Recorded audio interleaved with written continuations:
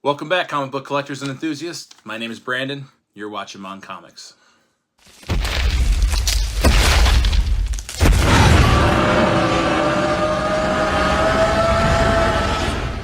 Hey everyone, happy Friday. Hope everyone had a great week. It's been pretty hot up here in central New York for this time of year, and I've been working like crazy all week at my job, so it's nice to sit down and film some content and go over some awesome books I got in the mail. I got a bunch of raw books. I've got a slab I wanted to show, and then I have my first CGC signature series submission. So before I get into the books, if you like my content, if you dig what I'm doing, if you wouldn't mind hitting subscribe, throwing a like on here. I already hit the 400 subscriber mark, but now I'm like going to 500. So I will do another giveaway at 500. I'll make it something really cool, and then I'll probably cool it down until I get to 1,000. So I also wanted to, before I started the video, comic books are art. They're a big piece of pop culture art now. They're amazing. What has come on comic book covers over the years, and it started off as some young boy or girl that was passionate about drawing stuff, and eventually led to their careers, and they became famous, just amazing artists. And I think that the arts need to be encouraged in young ones. Well, I have a little nephew. His name is Gage. Shout out Gage. He's an amazing artist, and we got him some Predator printouts online, and he colored them in for us and gave them back to us. So I will hang these on my wall. Really just great imagination. He's coloring him as he wants to. Predator holding a face hugger. And then he custom drew this Predator for me, which I think is based on a Funko Pop, but he's got the mask down. So art should be encouraged within the young ones, and I definitely do. Gage, keep going. Who knows, maybe you'll be a famous comic book artist someday, but thank you for these drawings, buddy. I appreciate you. So now on to the comics. Yes, it's back to more Fantastic Four this week. I think I'm at like 30 books now. Out of the 100 I want to get, or 102, I think, the whole Stan Lee and Kirby 1 to 102, which is going to be very hard. So I think I'm going to slow down, but these were all bought off eBay, and I just wanted to go over them quick. There's no keys here, just a couple more significant ones that I'm happy about. The first one is Fantastic Four 37. This was from 1965. This one was in really nice shape. Probably like a 5 or a 6, I'd say. Just great colors, not a lot of wear to the spine. Marvel chipping is minimal. I mean, look how clean that top is. Some issues on the bottom. So that is number 37. Number 69 from 1967. Number 87 from 1969. And number 90 from 1969 as well, with some Skrull appearance. They're coming up, obviously, into the MCU. They're already in it, but they're going to be featured more. And then the last two Fantastic Four books. 72 is just a really iconic Silver Surfer cover. I love the contrast between the red and the silver of the Surfer. And it's got the Watcher in the background. This is from 1968. And I just think this is a beautiful cover. I've always liked it. I saw it on eBay in a lot, and I picked this up with two of the other books for a very fair price. So finally added that. So there's some more expensive Silver Surfer covers to add. Number 50 is going to be more expensive, but I love this one as well.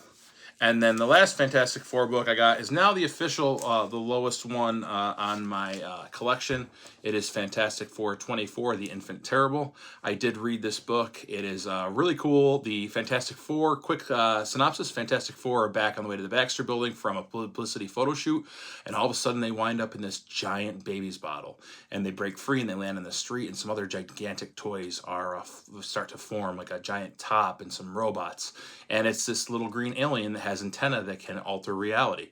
And they try to get him, and a mobster ends up getting him, wants him to alter reality for his benefits. Eventually, Reed Richards is able to locate a planet he's from in the galaxy, and they get his parents down there to pick him up. So this trope has been used before in movies and comics of something very small having very big power, but I thought it was very cool, in pretty good shape, but I'm just really happy to add something in the 20s for Fantastic Four. So I was very happy for that. So those are all my mail calls, all Fantastic Four. I'm probably going to swing off. I do have books coming in next week, and only one is a Fantastic Four, I believe, and the rest are some pretty cool books from DC and Marvel. So those are this week's Monmail. The next book is a more modern book. It is in a slab. I talked about how I was in love with Justice League Dark after watching it on the HBO, and was reading more comics, and I got the Orchid's first appearance, which isn't the real Orchid, but I'm just kind of collecting characters from that title. And I managed to pick up this from a friend online. He doesn't sell, really, he was just getting rid of some slabs, but it is Justice League Dark #1 from 2011, and this was written by Peter Milligan and cover art by Ryan Sook. This particular team is comprised of Deadman, Constantine, Madame Xanadu, and Zatanna, and other members of that have been in the Justice League Dark include people like Etrigan or Swamp Thing or Dr. Fate.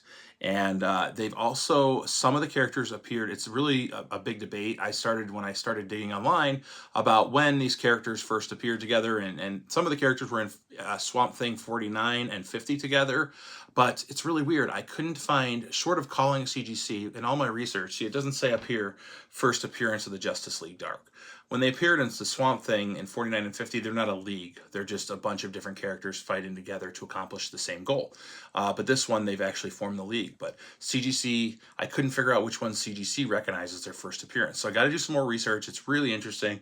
But I wanted to add this to my collection because any kind of Justice League Dark I'm trying to pick up right now. I'd love to get the first appearance of Deadman. Obviously, Zatanna and John Constantine are expensive. Enchantress is in this as well. So really cool. Happy to add a 9.6 Justice League Dark to my collection.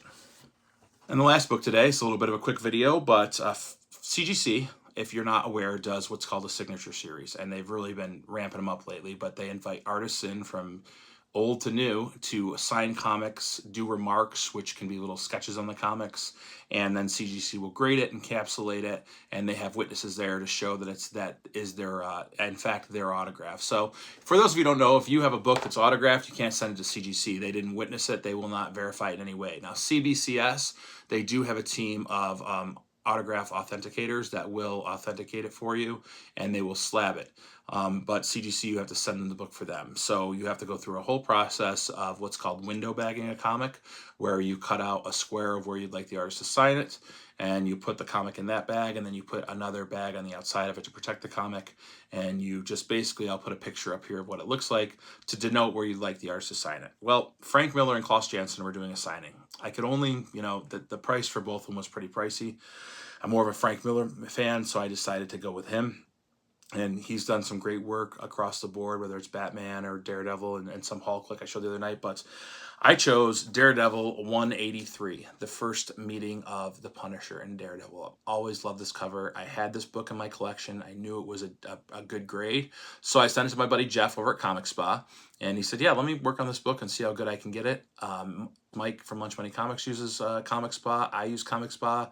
If you're looking for a cleaner impressor, he is fantastic. We can't sing his praise enough because he really does just some quality work, and how he takes you through the process is just really a great experience, and the end product speaks for itself. So this was signed by Frank Miller. You see his signature right there. I had him do it in silver because all the other signatures I have, the only other one signature I have is silver on the Man-Thing, but I'm going to send that in soon for Roy Thomas signing, co-creative Man-Thing, and I'm going to try to keep them all silver just to have some unity in the collection. But this was sent in. I had Jeff press it and clean it, so I already looked at the grade, but just to show you, he posts to the CGC forum, hey buddy, can you spare a grade? And people give their estimates, so they said it was a 9.0 to 9.4. Jeff from Comic Spa said it was a 9.4, and I estimated 9.6 because Jeff usually undergrades a little bit to be safe, and I came back correct. So I've got now a second signed book. I've got Daredevil 183 signed by Frank Miller and a CGC 9.6. This will stay in my collection forever. My kids will have this someday. That artwork is so iconic of Daredevil getting shot by Punisher, and I think this is just a fantastic book, and I'm very happy to add it to my collection. So that was this week's books. Today is Friday when this video will release, so tonight I am going to close out the entries for the 400 subscriber giveaway, and tomorrow under my YouTube post, I'll post the winner and reach out if they have an Instagram, or I'll just also comment in their comments. Remember, you'll know it's me. If anything else is with emojis and stuff, it's a scammer. I won't use emojis. I'll just let you know that you've won the prize pack, and I'll repeat the name of the book so that you know what you got. So again, thanks for the support, everyone. It's just been unreal adventure on here. I'm having a blast. I'm getting to read more when my girls go down at the end of the night, just kind of relax and decompress after a long day. Thanks to all the other great YouTubers that have been out there doing comic book shout outs that Big Me McFly did. He started a great movement with that, and I'm going to add another video soon of that, maybe this weekend. So hope everyone gets to go outside if it's nice weather, have some fun, go hunt some comics, and keep reading them until next time I see you.